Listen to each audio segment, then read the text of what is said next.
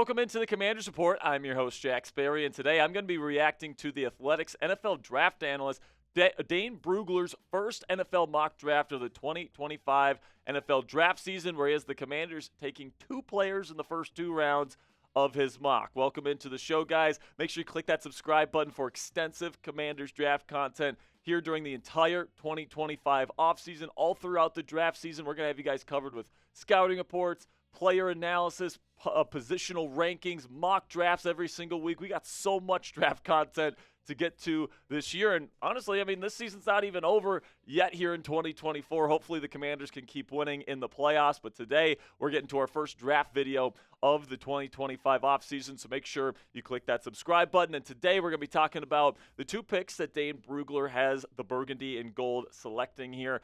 He has the Commanders currently at the 27th overall draft selection. Now, obviously, that's going to change depending on how far they make it into the playoffs, what round they exit, all that stuff. But right now, for this mock, he's going to have them pick number 27th overall, which would put their draft slot in round 2 at pick number 60. And hitting on these two picks could really help the Commanders go from being a team that's like, yeah, you're winning a playoff game, really, really good first season with Dan Quinn and Jaden Daniels, to being like one of the best young teams in the National Football League. So Adam Peters, these two picks are going to be huge for him and for this team. So in round 1, Dane Brugler has the Commanders taking edge rusher out of Marshall, Mike Green.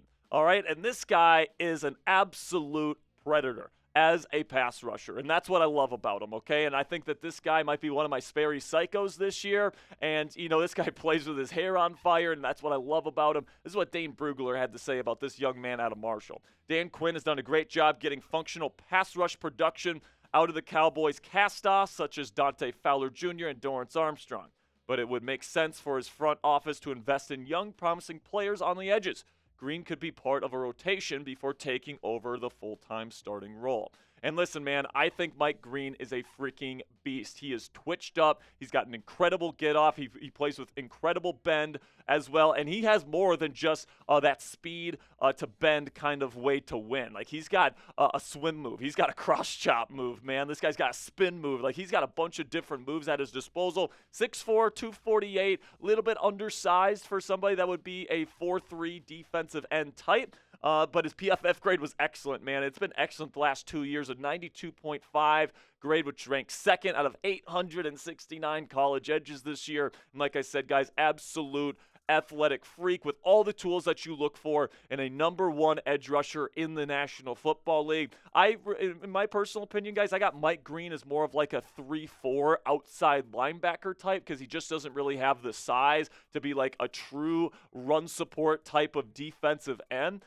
Which is what Dan Quinn and Joe Witt Jr. usually like. But, man, you can't say no to the tools as a pass rusher. The get off, the bend, you know, the explosiveness, like everything is there. And I really do think Mike Green has the potential to be one of the best pass rushers in the National Football League. But because he is undersized, if he's put in a 4-3 defensive end spot and replacing either Dorrance Armstrong or Dante Fowler Jr. in that spot in years to come, his run defense, functional strength, and tackling in space still need work coming into the league. I do have a round 1 grade on him just because of the massive upside that comes along with his massive skill set. But also, he didn't really play high-end competition there at Marshall either, so that's something to keep in mind. Maybe when he gets to the NFL, those pass rush moves that were working so well on his Marshall tape won't be working quite as well. And honestly, guys, I don't know if I love the fit here between Mike Green and the Commanders' scheme and what they ask out of their defensive ends. They really expect their defensive end type players to be really, really good run support players. And at this point in his football journey, I don't know if Mike Green is that type of player. Now, like Brugler said, if you bring him in, I do think that he is going to be more of a rotational guy to start, and they're probably going to tell him to beef up his frame a little bit. But, you know, I do think they're probably going to try to get help at defensive end at some point in this draft, but I just don't know if they're going to go with somebody so undersized and still having so far ways to go here in order to really get to where this coaching staff wants their defensive ends to be. And honestly, like the pass rush really does come from the interior guys and then also the interior linebackers. We've seen Bobby Wagner and Frankie Louvu be some of the more effective pass rushers for the Commanders this year because Joe Witt Jr. and Dan Quinn love to blitz, and they love to do those kinds of things with their defensive front. So I don't know necessarily if Mike Green is the type of player that these guys are going to be considering in round one, but if they do take him, I don't think it would necessarily be a bad pick because I do see the massive upside with him. Okay, and I do see that upside with this young man, and that's incredibly evident when you watch the film. Like him going up against this, the lower level teams that he's going up against, and these poor right tackles and these left tackles he's going up against, they don't even stand a chance against this guy's explosiveness out of his stance. It really is a marvel to watch. But like I said, guys, not sure it's necessarily the best fit here in Washington specifically. So what say you guys? Let me know down there in the comment section, which position should Washington target in the draft this year in round one? Do you want them to go get defensive end? Do you want them to go get wide receiver? Do you want a new running back? What do you want? Let me know down there in the comment section what you guys are thinking for today's pinned comment. YouTube's going to throw you an ad break here in just a couple of seconds, and I'm going to tell you about our sponsor today at Prize Picks. And while I'm talking about Prize Picks, do me a favor, find that pinned comment at the top of the comment section and answer today's question. And with that, let's have a word from our sponsor here at Prize Picks, which is the best place to get real money sports action all football season long. With over 10 million members and billions of dollars in awarded winnings, Prize Picks has made daily fantasy sports accessible to all. You just pick more than or less than on at least 2 player stat projections for a shot to win up to 1,000 times your cash. Run your game all season long on Prize Picks, America's #1 daily fantasy sports app. Prize Picks puts their members first, so all withdrawals are fast, safe, and secure. When my picks hit, I can get my money in as quick as 15 minutes. Sign up today and get $50 instantly, and you play just $5. You don't even need to win to receive the $50 bonus. It's guaranteed. PrizePicks also offers weekly promotions that can lead to big payouts like Taco Tuesday, where every Tuesday, PrizePicks discounts select player projections up to 25% to provide even more value for your lineup. So on Monday, man, the Ohio State Buckeyes versus the Notre Dame Fighting Irish. I've got the Irish in this football game, guys. Let me know what you guys think about the national championship down there in the comments section. But for me personally, I'm taking the more on passing yards for Will Howard. I'm taking the less on passing yards for Riley Leonard. And I'm taking the less on Jeremiah Smith receiving yards. I have a feeling Emeka Egbuka is going to have the big game for the Buckeyes in this one. So download the app today and use code CLNS to get $50 instantly after you play your first $5 lineup. That's $50 instantly after you play your first $5 lineup when you download the PrizePicks app today. PrizePicks, run your game.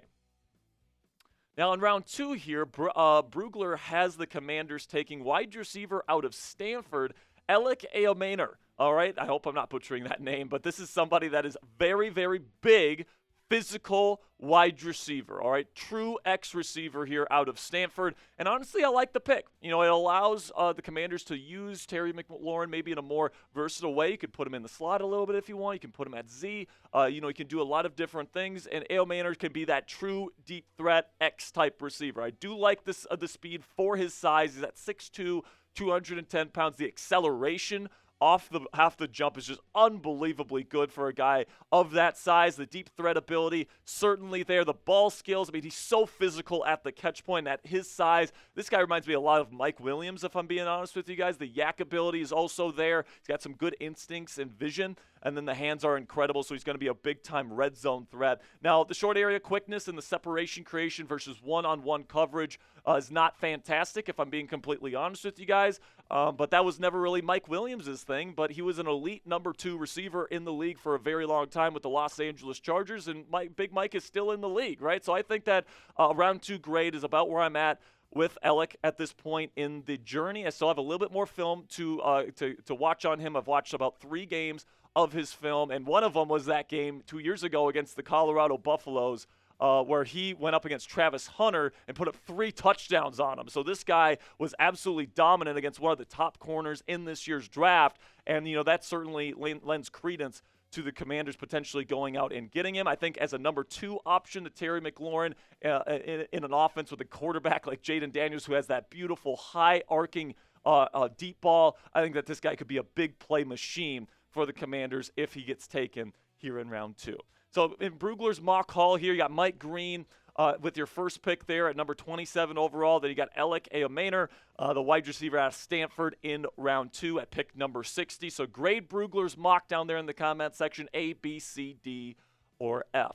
For me personally, because I wasn't the biggest fan in the world of the Mike Green pick, I'm going to go with a B. I thought about maybe giving it, I gave it a B-. I was thinking about giving it a B. I really like the Ayomanor pick. And, the Mike Green pick I like because I like the player, but I just don't know if I necessarily love the fit with what Dan Quinn and Joe Witt Jr.